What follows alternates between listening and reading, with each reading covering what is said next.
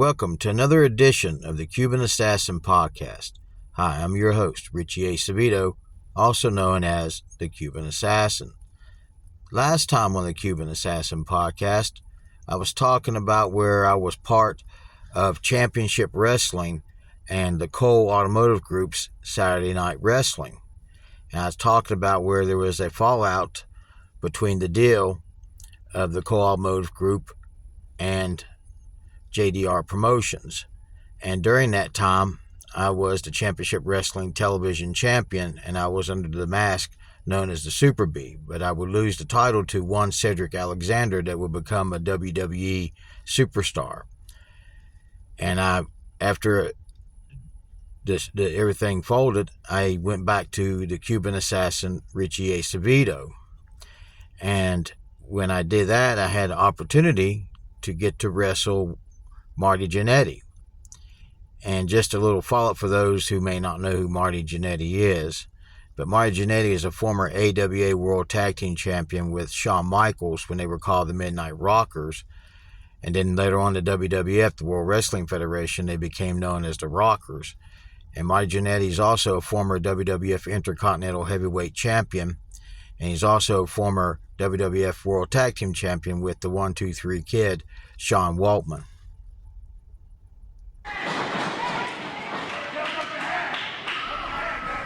I'll be doing the play-by-play commentary calling action of this matchup between myself as the Cuban Assassin, Richie Acevedo, going up against none other than Marty Jannetty, one half of the infamous known tag team as the Rockers when they were in the WWF, the World Wrestling Federation, but in the AWA, the American Wrestling Association, they were called the Midnight Rockers. Just a side note, Marty Jannetty is a former AWA Tag Team Champion with Shawn Michaels. You can see me and my manager Justin Case there. Turning back the foreign object as I've been using the foreign object on Marty Jannetty, and we joint this match in progress. And this match takes place up in Morgantown, West Virginia. As you can see, I got Marty Jannetty up there. Sorry about the camera. You see, I just gave him the back elbow, and I'm saying Viva La Cuba. I go for the cover, and count of two as Marty Jannetty kicks out right there. But Marty Jannetty is also a former WWF Intercontinental Heavyweight Champion. I slammed Marty Jannetty's head into the top turnbuckle, and now I'm choking him right here into the corner. The official is doing the count to get me to break the hold. Irish ripping into the next corner. He takes it hard. He's down. And he's also a former WWF World Tag Team Champion with the 1-2-3 Kid, Sean Waltman. Scoop body slam Marty Jannetty right there. I go for a cover. Now we move on to the match here. Marty Jannetty's been fought back. Irish whipping me out in reverse. He goes for the sunset. Got me. I cut him off with the lead scissors. He gets up. I get him down. I pick him up. I give him a DDT. I'm saying Viva La Cuba. I go to cover him here. Actually, I'm taking my time. I should have already covered him here.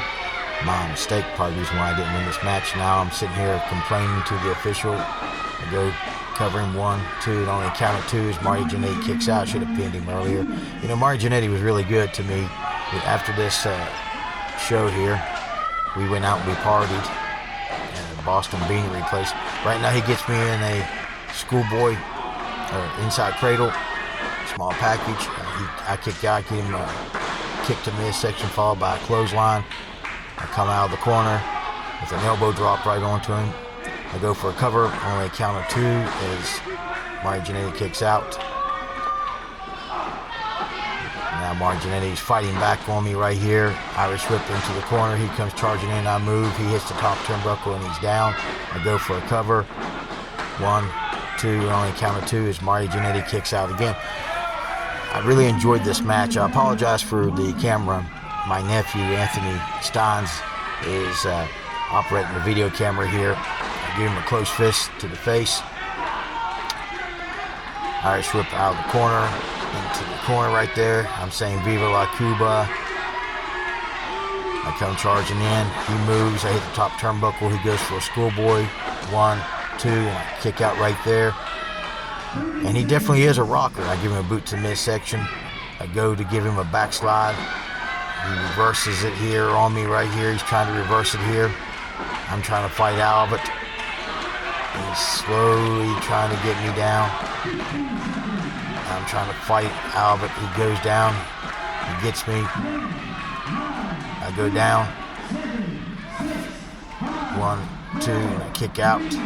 A little bit crazy way of the backslide, but I kicked out nonetheless. But as you heard, the time limit has expired in the match. The bell rang, and the official has already declared it's a time limit draw. So I've wrestled Marty Jannetty. I wrestled Marty Jannetty to a time limit draw, and you see my manager just in case inside the ring there. And you can hear the fans' disappointment with this time limit draw. But that's what it is. That's the rules of professional wrestling. Now, I know this match isn't really long. And my nephew was recording it. And this is the only footage I have of me wrestling Marty Jannetty. And I felt it was important because it was part of my retirement tour. And right now, the fans are wanting 5 more minutes. And Marty Jannetty's asking for 5 more minutes, and I'm asking for 5 more minutes. The fans are chanting 5 more minutes. So right now I'm telling Marty Jannetty, getting ready to tell Marty Jannetty here about giving him another 5 more minutes of a match and telling him how great of a wrestler he is. And as you can see right now, Mad Dog David Lynch is slowly coming into the rope here, and the fans are screaming. Comes in and he knocks down Marty Jannetty, and now we're both giving the boots to Marty Jannetty right here. And we're getting on Marty Jannetty. We pick up Marty Jannetty. We double Irish whip him off the ropes here. He kicks Mad Dog Dave Lynch, and he gives me the face smasher that he does. And we both get out of the ring right there, and now Marty Jannetty has got the fans going crazy as Mad Dog David Lynch tried to sneak up on Marty Jannetty from behind. It's a time limit draw. Even though the official was raising Marty Jannetty's hand, but he didn't win no match. It's a time limit draw. And I went the distance with Marty Jannetty. And this is a great memory for me, and great support from these big name wrestlers that really put me over. And Marty Jannetty was one of those guys. And like I said, after this show, we went out at the Boston Beanery in Morgantown, West Virginia, and we partied, and that's what he did. He partied.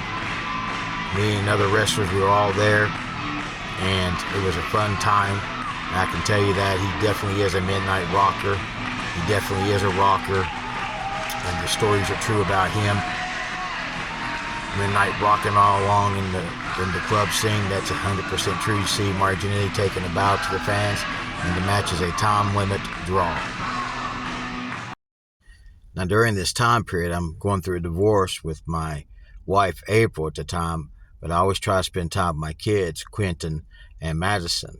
Now, I'm not a person who celebrates holidays, but my kids and my ex-wife, or my wife at the time, would celebrate holidays. So I do everything I could to spend time with them, but their mother, April, would be the one that would take care of them on the holidays and everything, like on Halloween. And she would take care of their Halloween costumes during this time period. So since I didn't celebrate holidays, my kids would celebrate the holidays with their family and with their cousins, along with their mother, April. So, but I always try to make sure I spend time with my kids. And I was wrestling on my retirement tour, and I'll be on shows and stuff with the Boogie Woogie Man, Jimmy Valiant, and I've also would be in a match with the Patriot, Tom Brandy, as well. So I'm doing my retirement tour, and I get an opportunity to wrestle a young man by the name of Ron Edmonds, who happens to be the son of none other than Bad Boy Eddie Edmonds, who was one of my partners and the person I worked for MSWA, Mountain State Wrestling Association, and I would team with him with the ACCW, Atlantic Coast Championship Wrestling, and also for Mason Dixon Wrestling. I'll be doing the color commentary play-by-play action of this match between myself, as I'm the Cuban assassin Richie Acevedo, going up against none other than Ron Edmonds. As you can see, I'm having words here with Ron Edmonds here in this matchup. I slap him in the face there. And Ron Edmonds is the son of Bad Boy Eddie Edmonds. And Bad Boy Eddie Edmonds, I will be wrestled for him for his promotion, MSWA, Mountain State Wrestling Association. I was the MSWA Tri-State champion there. I also would be one of his partners in ACCW, Atlantic Coast Championship Wrestling.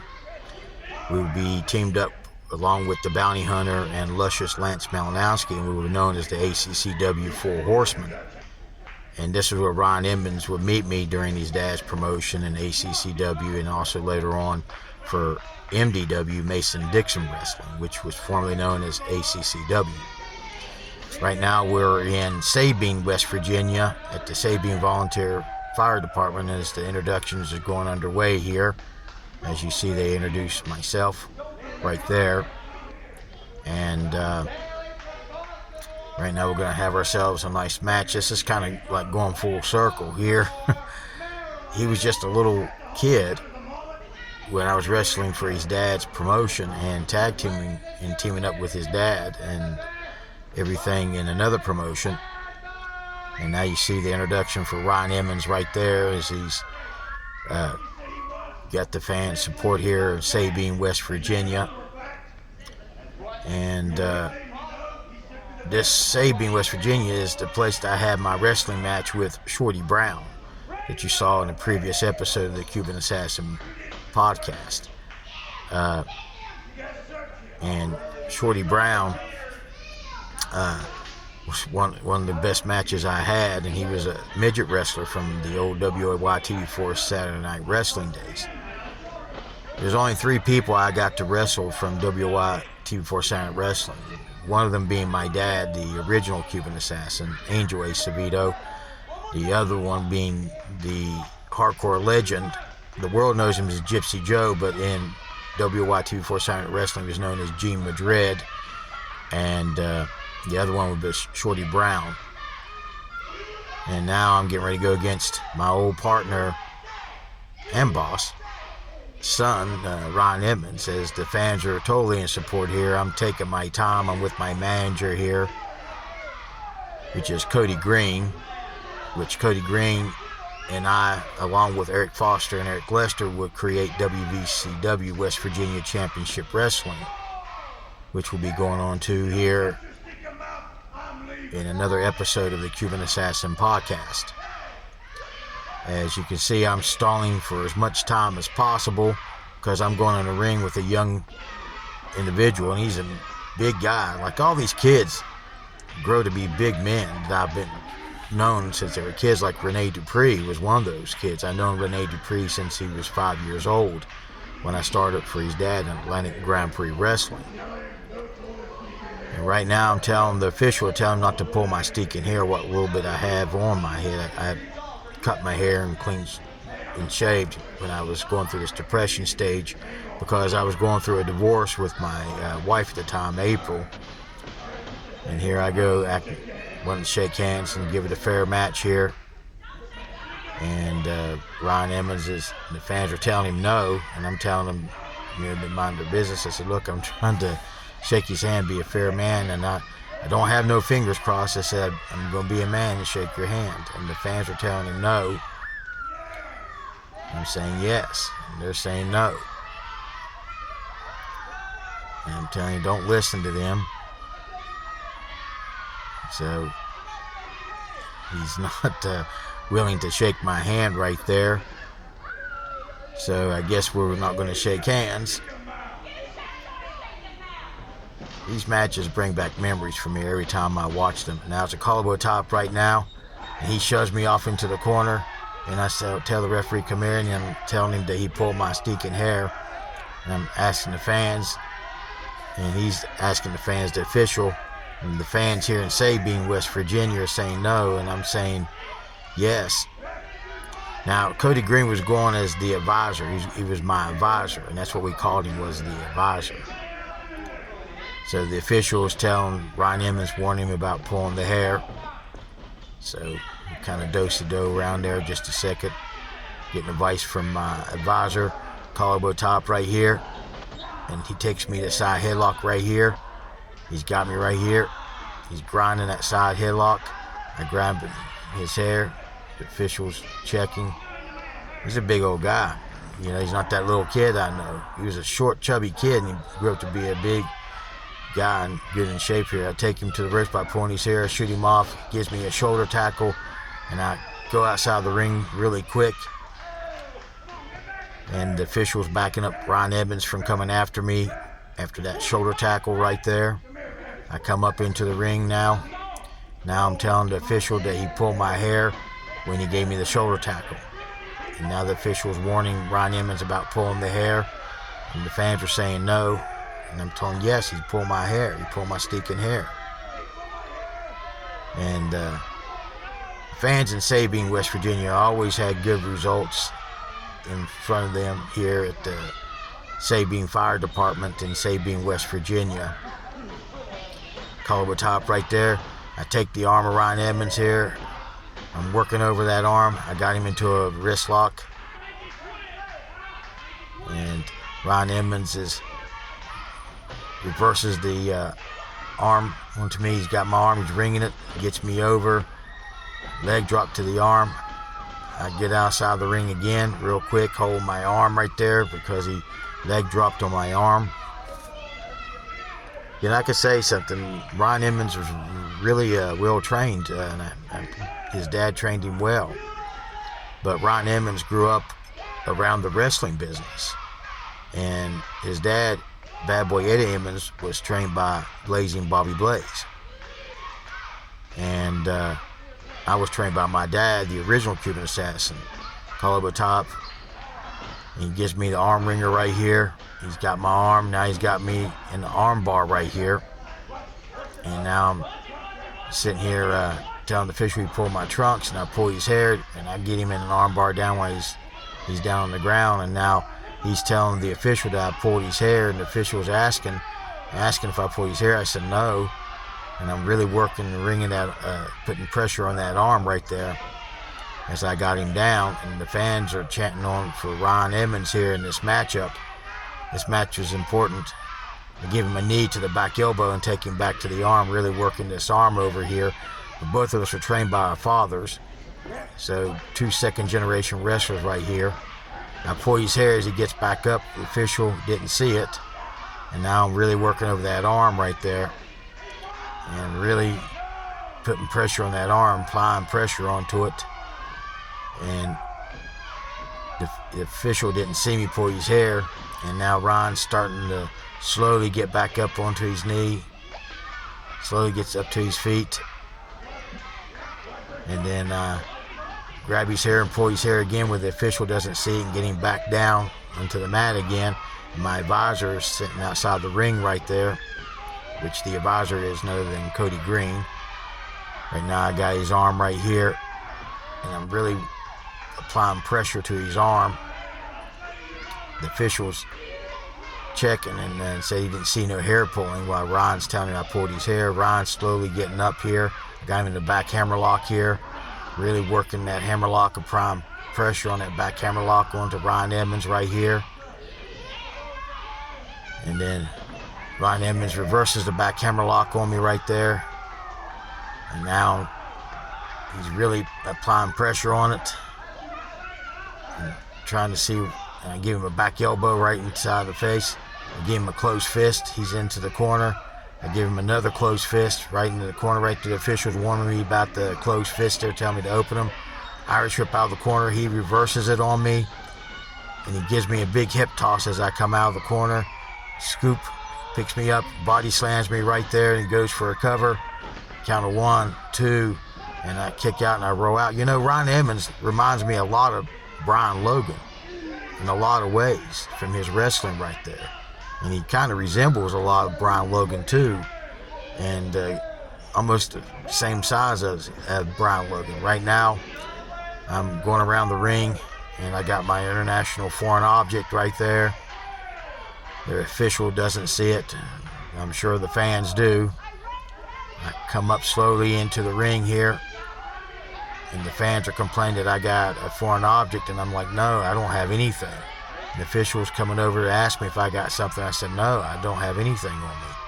He's asking for me to check my hand. He's counting. I give him the hand. He's checking the hand. And now the advisor comes to the rope there, and he's checking, when to check the other hand, and I tell him I ain't got nothing. And you check my boots. He's checking my boots. You don't find anything. I got the international foreign object right here. Slowly trying to keep the official from seeing it. Ron Emmons saying I have it. He's checking. He's saying I hid it behind my tights. I said, I don't have nothing in my tights. Check my boots again.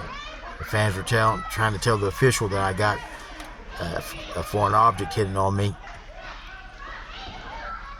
I'm slowly pulling it out, trying to take my moment here. And the fans are complaining about the foreign object, and I'm like, come on, man, I don't have nothing on me. And I'm walking over here, and the official was asking me if I have anything. The advisor takes it out of my hand. The official doesn't see it. He's checking me. I'm like, check, search if all you want, and you're not going to find anything on me. And the advisor gives it back to me right there. The fans see it. The official don't. I'm hiding it in my tights right there. Yes, even in traditional wear, I still do the same Cuban assassin tactics. I give him the side headlock right now.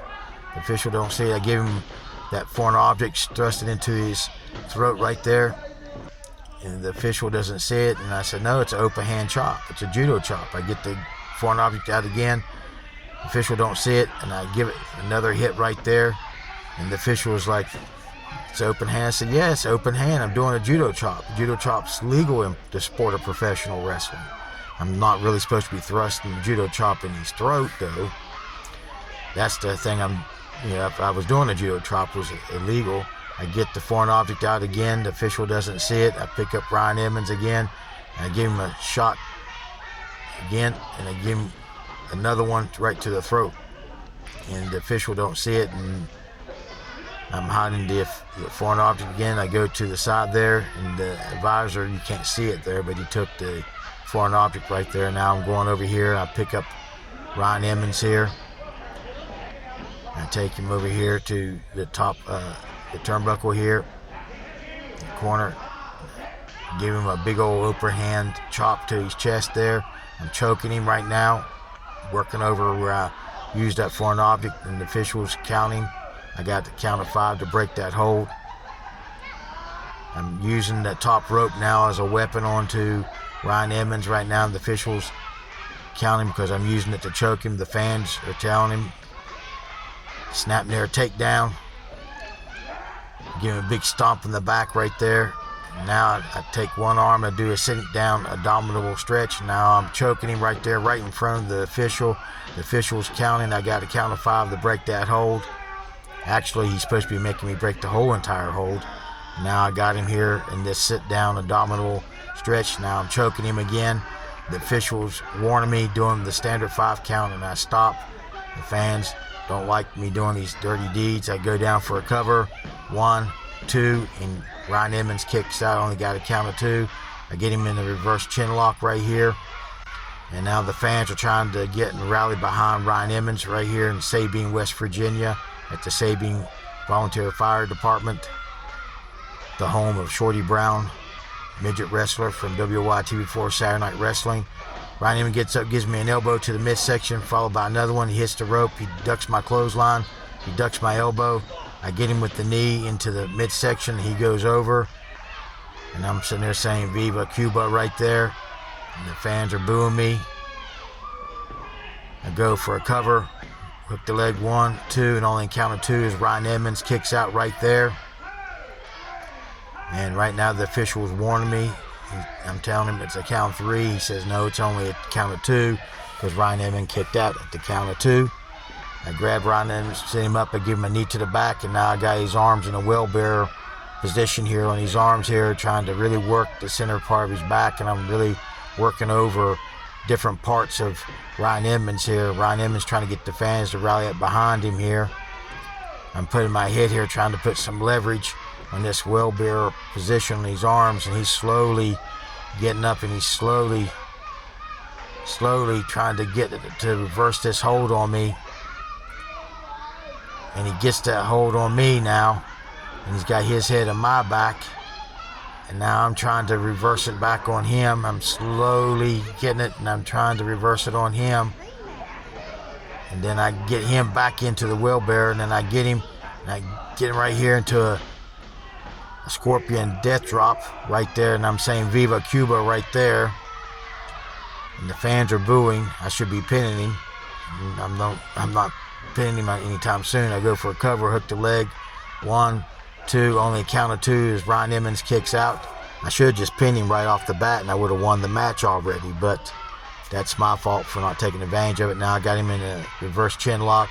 The fans here and Sabine are trying to rally up behind Ryan Edmonds right here. He's slowly getting up here. He takes me to the corner right here. Gives me a closed fist, a couple closed fists. He's fighting on me. He gets me. Irish whip out of the corner. Comes out, gives me a big old backdrop out of the corner. He goes for a cover, hooks the leg, 1, 2, and I kick out. Only a count of 2 as I kick out right there.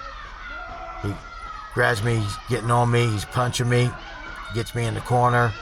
He climbs up to the second rope. He's giving me some punches in the corner. Stand on the second rope here as the fans are counting with him. He gets off. Someone's at ringside there. I know someone there. There's some altercation. They got a birthday cake, and oh my gosh, the cake hits me in the face. Chocolate cake on my face. Ryan Edmonds boots me, gets me in a fisherman suplex. 1, 2, 3, and Ryan Edmonds wins this match. This was Shorty Brown's birthday, and that's what the birthday cake was, and someone had a cake trying to steal it, and someone came out holding it, and they were jerking, and I went to see what the commotion was, and I get smacked in the face with a chocolate birthday cake, and I got chocolate icing all over my face, and Ryan Edmonds, second generation son of bad boy Eddie Edmonds, wins the match due to me getting smashed in the face with the chocolate cake right there. Right here in Sabine, West Virginia at the Sabine Volunteer Fire Department. And Ryan Edmonds gets a victory over me, the Cuban assassin, Richie Acevedo. And I'm sitting here like I got cake on my face, chocolate icing.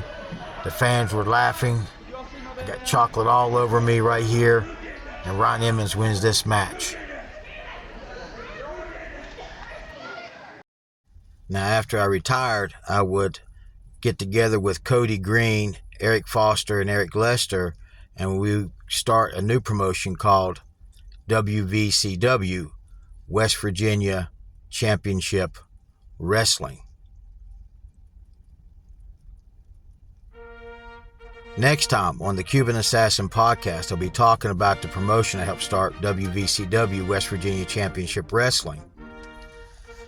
The Cuban Assassin Podcast is produced, written, edited, and directed by me, Richie Acevedo, at Mountain Man Productions. Special thanks goes to Ben Hilton for the opening and closing of today's demographics on this podcast today. Special thanks goes to my late mother, Yvonne Dempsey, for the photographs used in today's podcast. And special thanks goes to Dave Rock Parsons as well. Special thanks goes to Shorty Brown for the video footage used on today's podcast of the wrestling matches. You can reach me at mountainmanproductions@outlook.com. That's capital N for Mountain, capital M for Man, and capital P for Productions @outlook.com, or you can simply leave a comment. If you enjoy these episodes of the Cuban Assassin Podcast, please like and share. And for those who are new to the channel, please subscribe. I really appreciate that. I hope you enjoyed this edition of the Cuban Assassin Podcast, and I look forward to seeing you next time right here on the Cuban Assassin Podcast.